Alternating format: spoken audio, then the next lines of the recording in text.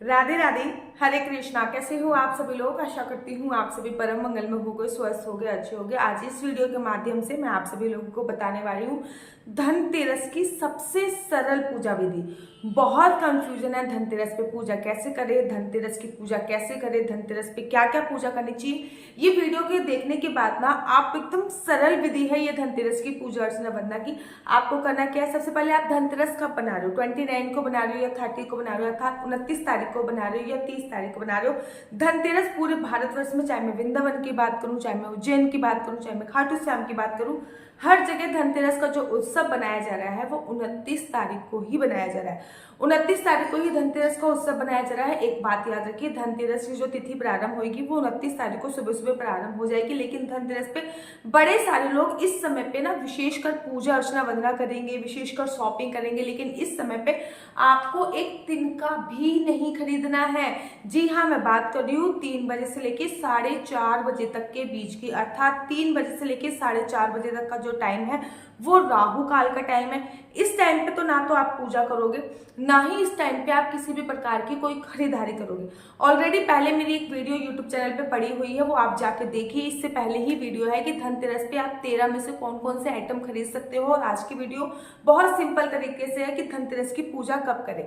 धनतेरस की पूजा हमेशा प्रदोष काल में की जाती है। देखिए, धनतेरस ना धनवंतरी जी का दिन है। धनतेरस वाले दिन कहते हैं धनवंतरी जी अमृत का कलश लेकर प्रकट हुए थे समुद्र मंथन से। धनवंतरी जी को आरोग्य के देवता बोले जाते हैं और कहते हैं इस दिन हम जो भी काम करते हैं वो हमेशा आरोग्य हो जाता है, अर्थात हमेशा के लिए अजर अमर हो जाता है। इसलिए इस दिन हमें अच्छे अच्छे कर्म ही करना चाहिए। धनतेरस पे धनवंतरी जी की पूजा अर्चना वंदना होती है, साथ ही साथ कुबेर भगवान की भी पूजा अर्चना वंदना होती है। धनतेरस में आपको एक चौकी लेनी है। आपको चौकी पे लाल रंग का वस्त्र बिछाना है। आप चाहो तो पीले रंग का वस्त्र भी बिछा सकते हो, लेकिन अगर लाल रंग का बिछाओगे तो बहुत सर्वोत्तम बात है। थोड़े से चावल रखने हैं। चावल रखने के बाद आपको धनवंतरी जी की एक फोटो लगानी है। अगर आपके घर पे धनवंतरी जी की फोटो है तो बहुत सर्वोत्तम बात है, नहीं तो एक सुपारी लीजिए, सुपारी पे हल्का सा मोली बांधिए और धनवंतरी जी को याद करते हुए वो आप रख दीजिए। या फिर आप ऐसे भी कर सकते हैं कि गूगल पे धनवंतरी जी की फोटो का एक प्रिंट आउट निकलवा लीजिए, क्योंकि आपको हर साल उनकी जरूरत पड़ती है। कहते हैं धनवंतरी जी की फोटो अगर आपके घर पे होती है तो आपके घर पे बीमारियां दस्तक नहीं दे पाती, इसलिए धनवंतरी जी की फोटो आपको उस चौकी पे रखनी है। पहले थोड़े से चावल रखिए, चावल के ऊपर धनवंतरी जी की फोटो इत्यादि आप रख दीजिए। जब आपने चावल के ऊपर धनवंतरी जी की फोटो इत्यादि रख दी, फिर आपके घर पे जो भी पुराने लक्ष्मी गणेश जी हैं वो लेना है। जो नए आप लेके आए हो वो नहीं लेना। याद रखिए, पूजा आपको प्रदोष काल में करनी है। अराउंड 5:30 से 6 बजे तक के बीच में ये पूजा अर्चना वंदना होनी चाहिए। प्रदोष काल में आपको पूजा करनी है।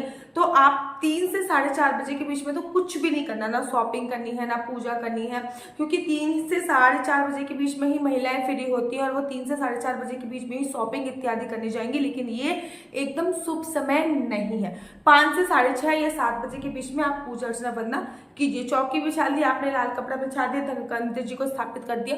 पुराने आपके घर में लक्ष्मी गणेश जी उनको आपने स्थापित कर दिया। जब आपने पुराने लक्ष्मी गणेश जी को स्थापित कर दिया, अब आपने एक कलश की स्थापना करनी है। कलश अगर पंचामृत वाला हो तो बहुत अच्छा है। पंचामृत, वैसे तो मैं हमेशा कलश की स्थापना जो करवाती हूँ उसमें हमेशा मैं जल डलवाती हूँ, लेकिन इस समय पे जो आपने पंचामृत कलश की स्थापना करनी है उसमें पंचामृत बना के कलश स्थापित कीजिएगा। जी हाँ, 5 प्रकार की चीजें जिसमें डाली जाती है वो पंचामृत होता है। नीचे थोड़े से चावल रखिए, ऊपर पंचामृत वाला कलश रखिए। उसके ऊपर आपको आम के पत्ते वगैरह कुछ नहीं लगाना, उसके ऊपर आपको सिंपली नारियल रख देना। नारियल में मोली बांध दीजिए या फिर लाल रंग का कपड़ा बांध दीजिए, नारियल आपने रख देना। अब आपने उस चौकी पे वो सामान रखना है जो आप लेके आए हो, जैसे कि बर्तन लेके आए हो तो बर्तन रखिए, ठीक है ना। कोई भगवान जी की प्रतिमा लेके आए हो वो रखिए, लक्ष्मी गणेश जी लेके आए हो वो नहीं रखने, ठीक है ना।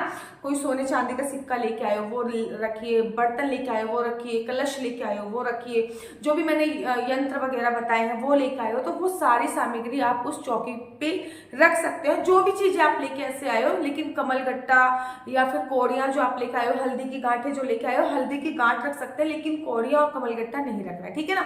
झाड़ू भी आप रख दीजिए, क्योंकि धनतेरस पे झाड़ू की भी पूजा का विशेष प्रावधान होता है। तो झाड़ू भी आप लाल रंग की रोली बांधकर झाड़ू भी आप वहीं पे चौकी के बगल में आप स्थापित कर दीजिए। अब आप जो सामान लेके आए वो स्थापित कर दिए। अब साथ ही के साथ आपको कुबेर दिया एक जलाना है। देखो, वैसे तो कुबेर दिया एक आता है, अगर आप धनतेरस पे कुछ भी नहीं लेके आ सकते तो एक कुबेर ये दिया लेके आ जाओ। लेकिन अगर आप कुबेर दिया नहीं जला सकते तो कोई भी एक पीतल का दिया आपको देसी घी का लंबी बत्ती का, दोबारा रिपीट, देसी घी का लंबी बत्ती का दिया जलाना है आपको धन्वंतरी जी के आगे। वो कुबेर भगवान को याद करते हुए जलाना है। नीचे थोड़े से चावल रख रहे हैं, उसके ऊपर दिया जलाना है। देसी घी का दिया होना चाहिए, लंबी बत्ती का दिया होना चाहिए। भगवान के समक्ष आपने वो जला दिया। अब आपको थोड़ी सी जड़ी बूटियां अपने किचन से ले जाके वहां पे जरूर रखनी है। जड़ी बूटियों में आप दालचीनी रख सकते हो, धनिया की पूजा का इस दिन विशेष महत्व होता है, धनिया रख सकते हो, हल्दी रख सकते हो, ठीक है ना, सौंफ रख सकते हो, इलायची रख सकते हो, काली मिर्च रख सकते हो, खड़े मसाले जो भी हैं आप वो रख सकते हो। थोड़े से आप तुलसी का पत्ता लाने के इस दिन तुलसी का पत्ता रख सकते हो। तुलसी का पौधा लाने की इस दिन विशेष महत्वता है, क्योंकि तुलसी का पौधा आयुर्वेद, धन्वंतरी जी को ना आयुर्वेद की ज्ञाता भी बोला जाता है। ये भी बोला जाता है कि आयुर्वेद के जो ज्ञाता है वो धन्वंतरी जी है। तो तुलसी के पौधा, तुलसी के पत्ते जो होते हैं वो आयुर्वेद में बहुत सारे उपयोग में आते हैं। तो तुलसी का पौधा रख सकते हो, नीम की पत्तियां कुछ ला के रख सकते हो, एलोवेरा की पत्तियां ला के इस दिन रख सकते हो। उनकी भी पूजा अर्चना वंदना कर सकते हो और वो पौधे किसी को भी दान स्वरूप आप दे सकते हो। तो आपने ये सामग्री ला के रख ली। अब आपने धनतेरस से ही खील बतासों के साथ पूजा प्रारंभ हो जाती है। तो सबसे पहले आपने खील बतासों के साथ सबसे पहले आपने जोत जला दी। जोत जलाने के बाद आपने सबसे पहले छींटे जल के मारने। एक अलग सा लोटा ले लिया, उसमें आपने थोड़ा सा गंगा जल डाल लिया और जल डाल लिया, जल के छींटे देके आपने वो सारा सामान शुद्ध कर लिया। अब आप इनको जितनी भी सामग्री आपने इनको रखी है, आप इनको तिलक लगा दीजिए। तिलक में आप चंदन का तिलक लगा सकते हैं, आप हल्दी का तिलक लगा सकते हैं, आप रोली का तिलक लगा सकते हैं। वो पूरी तरीके से आपको तिलक लगाने के बाद कलावा आप लीजिए, कलावे को थोड़ा सा तोड़ के धन्वंतरी जी को समर्पित कीजिए। आपने जो लोटा रखा उसमें समर्पित कीजिए, थोड़ा थोड़ा कलावा हर जगह समर्पित कीजिए, अर्थात आप वस्त्र समर्पित कर लो।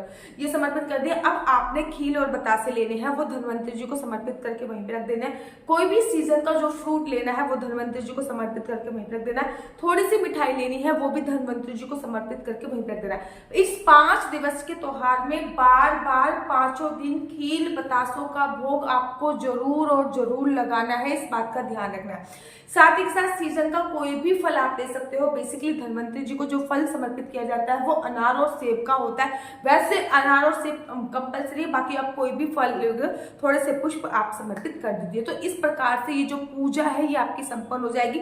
आप थोड़े से अपने हाथ में अक्षत लीजिए, चावल लीजिए, धन्वंतरी जी की कथा सुन लीजिए या फिर कुबेर जी की कथा भी आप सुन सकते हो। और उसके बाद ओम जय जगदीश की आरती, जो दिया आपने जलाया है वो कुबेर दिया है, उस दिए को हिलाना नहीं है, दूसरे दिए से कपूर से आप आरती कर लीजिए। उसके बाद धनतेरस पे 13 दिए जलाने का विशेष महत्व होता है। एक दिया तो आपने कुबेर जी का जला दिया, वो एक अलग ही है, ठीक है ना। झाड़ू की भी पूजा अर्चना वंदना कर ली, वो एक अलग है। तुलसी माता की भी पूजा का इस दिन विशेष महत्व होता है, क्योंकि तुलसी माता में तुलसी जो है वो आयुर्वेद की देवी मानी जा सकती है, ये समझ लीजिए। हर चीज में तुलसी का उपयोग जरूर और जरूर होता है। तुलसी का पौधा इस दिन लेके आना, एलोवेरा का पौधा लेके आना बहुत सर्वोत्तम होता है। और तुलसी और एलोवेरा का पौधा दान करना भी बहुत सर्वोत्तम होता है। दूसरी वीडियो में मैं आपको बताऊंगी कि धनतेरस पे 13 प्रकार के दिए आपको कैसे जलाने हैं। धनतेरस पे यम का दीपक जलाने का बहुत विशेष महत्व होता है। यम का दीपक आपको कैसे जलाना है, यम के दीपक के क्या नियम है, 13 दिए घर के बाहर और 13 दिए घर के अंदर जलाने का क्या महत्व है। धनतेरस से ही दहलीज पूजन प्रारंभ होता है। वो दहलीज पूजन आपको कैसे करना है, दहलीज पूजन सुबह सुबह प्रारंभ करना है, दहलीज पूजन कैसे करना है, ये सभी जानकारी मैं आपको दूसरी वीडियो के माध्यम से दूंगी, क्योंकि वीडियो बहुत ज्यादा लंबी हो जाएगी। अगर आप अपनी कुंडली मुझसे दिखवाना चाहते हैं तो मेरा नंबर है 999 4 बार 9 20 25 65। मैं दोबारा से रिपीट करती हूँ, मेरा नंबर है 4 बार 9 20 25 65। आपका बच्चा जॉब करेगा, बिजनेस करेगा, किस क्षेत्र में बिजनेस करेगा, जॉब करेगा, किस क्षेत्र में जॉब करेगा, आपकी शादी का योग कब है, संतान प्राप्ति का योग कब है, नॉर्मली कंसीव हो जाएगा या मेडिकल ट्रीटमेंट से कंसीव होगा, आपकी कुंडली में राजयोग है या नहीं, विदेश जाने का योग है या नहीं, सरकारी नौकरी का योग है या नहीं, बिजनेस करना है तो किस चीज का बिजनेस करें, जॉब करना है तो किस फील्ड में जॉब करें, क्या क्वालिफिकेशन है, ये सभी जानकारी मैं आपको कुंडली के माध्यम से प्रोवाइड कराती हूँ। याद रखिए, कुंडली देखना बिल्कुल भी फ्री नहीं है। कुंडली देखने के थोड़े से चार्जेस है। इस नंबर पे मेरे से किसी भी प्रकार का कोई क्वेश्चन आंसर पूछने के लिए संपर्क मत कीजिएगा। और अगर आपको मेरी वीडियो अच्छी लगती है तो आप अपना यूट्यूब चैनल हरि बोल को लाइक से सब्सक्राइब करना बिल्कुल भी मत भूलिए। तब तक के लिए मुझे दीजिए इजाजत। राधे राधे, हरे कृष्णा, हरि बोल।